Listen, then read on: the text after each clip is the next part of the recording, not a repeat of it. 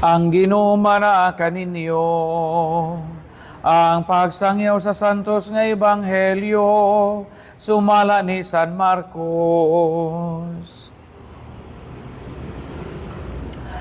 Ang mga tinunan nakalimot sa pagdalagpan, apan dito'y usa ka buok pan sa sakayan. Unamingon si Jesus, kanila pagbantay kamo sa ipagpatubo sa pan sa mga Pariseo og ni Herodes, og naging nanay sila, gisulti niya kini kay wala man kitay pan. Nahibalo si Jesus kung unsa ilang gipanagsultihan, busa gipangutanan niya sila. Nganong nagisgot man kamo, mahitungod sa inyong wala pagkadalagpan. Wala ba gihapon kamo makasabot?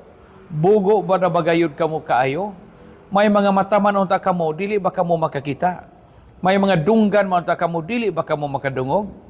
Wala ba kamo mahinumdom sa akong pagpikas-pikas sa 5 kapaan, alang sa 5,000 ka mga tao? Pila ba kabukag ang napuno sa mga salin nga inyong nahipos? Mitubag sila, napulog duha. Ug sa akong pagpikas-pikas sa 7 kapaan, alang sa 4,000 ka mga tao, pila ba kabukag ang napuno sa mga salin nga inyong nahipos? Mitubag sila, 7. Ug wala pa ba gihapon kamo makasabot? Miingon siya kanila. Ang ebanghelyo sa Ginoo.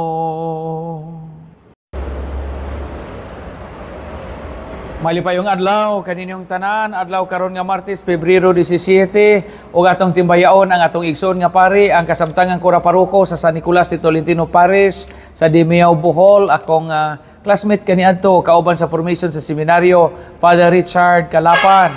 Happy birthday, Father Ligdong. Wala ba gihapon kamo makasabot? May mga mata man unta kamo, pero di mo makakita. May mga dunggan mo ta kamo, pwede mo makadungog. Gibalik na po ni Jesus, wala pa ba gihapon kamo makasabot. Arita mo patighog sa itong pamalando mga igsoon sa pulo nga pagsabot. Pagsabot, panabot, nakasabot. Pag-intindi sa Tagalog pa. Understanding. Comprehension. Usa sa mga dakong problema karon sa atong katilingban o bisan sa atong simbahan mga igsuon, daghang mga tao ang di kasabot o wa makasabot. Pareha sa gingon sa ebanghelyo karon, naman ta mo'y mga mata, wa man mo makakita. Naman ta mo'y mga dunggan, wa po mo makadungog. Wa mo kasabot. He was referring to the miraculous deeds that he was able to perform. Mga katingalahang buhat, labi na ang iyang pagpakaon sa mga gigutom, katong pipila ka pan og isda. Ingon na si Jesus, wa mo kasabot sa gibuhat, wa mo makasabot og unsay pasabot ato. Kinsa ko og unsa to nga timailhan. Peligro mga igsoon hindi kasabot og di mapasabot nato ang mga tao.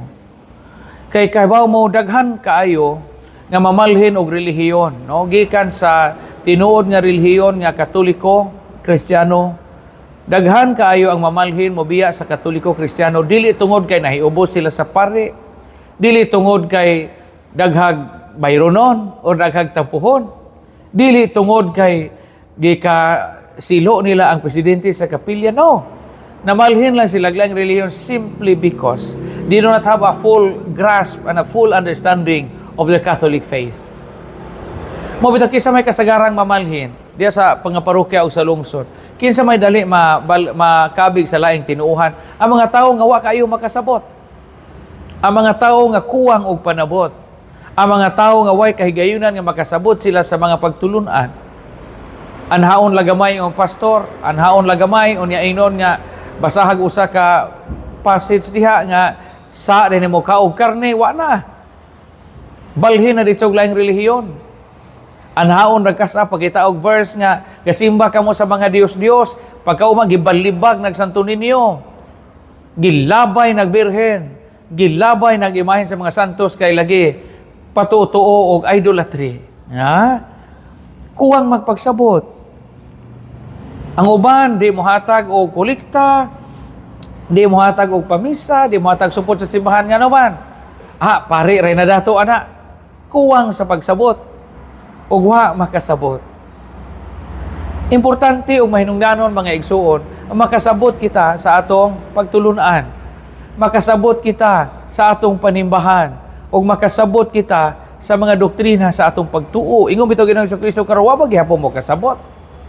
Peligro ni mga tao nga di makasabot. Kaya mga tao nga kuwang og panabot mo na mga tao nga babag sa atong mga plano o babag sa atong mga laraw. Kana mga taong supak-supakon, daghan man ana nila wa kasabot. Na kay wa man sila kasabot, di pud sila mo suporta.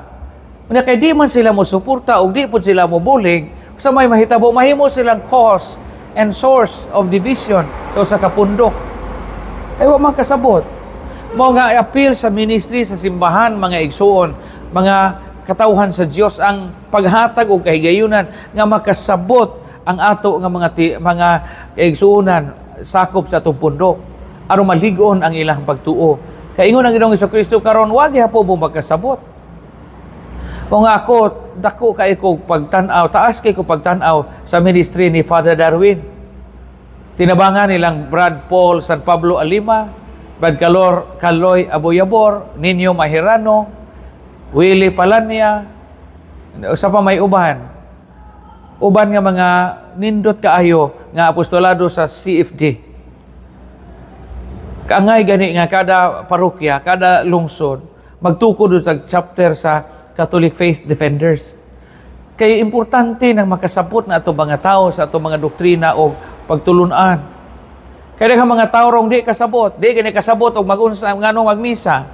Tanawa daghang mga tao mangutana kanong nanimba mo kay gusto sang uyab Father, maki-cool off man siya og di ko mo simba. Ay simba ra tungod sa siyang uyab. Ngana ra. Nganong maadto nganong ari mo Holy Week, magunsa man mo simba Holy Week, simba Father kay Semana Santa man. Nya maitok man ang lulag di mo man na simbahan. Nganong mangumpisal man ta? Nganong mangumpisal man ka? Ingkumpisal ko Father kay mo take og board. Mura bag ingkumpisal kay mo take og board kay maitok ang Ginoo nga na kaysa ataphaw nga panabot sa kumpisal. Nganong magminjo man mo? Minjo mi Father kay libakon mi kay 5 ka tuig may ipon-ipon. Siyalo nga pagsabot. Ingon na Ginoong Kristo karon, wa mo kasabot. So misyon na to ni pare ang pagpasabot sa mga tao, katikista ang pagtudlo sa mga doktrina, mga sakop sa CFD, ang pagtudlo sa mga pagtulunan sa itong mga tao, mga Catholic school, sa box. Misyon na to na pagpasabot og unsa ang Catholic education. Aron ang mga bata manubo ng mga maayong Kristiyano, formators o professors sa seminaryo, ipasabot. Ug naay project ang parokya, ipasabot nganong nangulikta ta, nganong namaligya tag slots, nganong ga fundraising ta, nganong nanayaw tag ballroom, nganong ga paris-paris tag mga byuda kay ga fundraising ta, kay ikuraw sa ato ang church compound. Lisod ning kuwang sa pagpasabot. Ato mga anak, kinahanglang pasabto na to sila nganong gikasab-an sila. Mangginikanan kay magsige ra kag pangasaba, gasige kag yaw-yaw mura kag plakang guba, wa kahibaw imong anak wa kasabot ngano nangasaba kanila. Importante di ay maayo nga pagpasabot.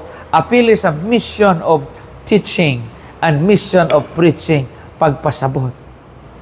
Mga maestra, pasabta na inyong mga estudyante ang inyong leksyon. Unsay buti pasabot anang leksyon, unsay mga importante anang angay nilang makatunan. Kaya di nakasabot, iniguli na sa ila, hasta naong nimo, hasta naong sa maestra o maestro, makalimta na. Huwag makasabot.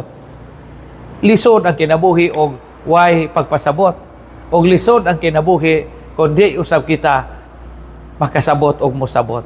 Mga ingon ang Ginoo karon sa Ebanghelyo, wabade gihapon kamo makasabot. Sabot jud pagkatuon. Dayon ang Dios, pasalamati siya adlaw gabi.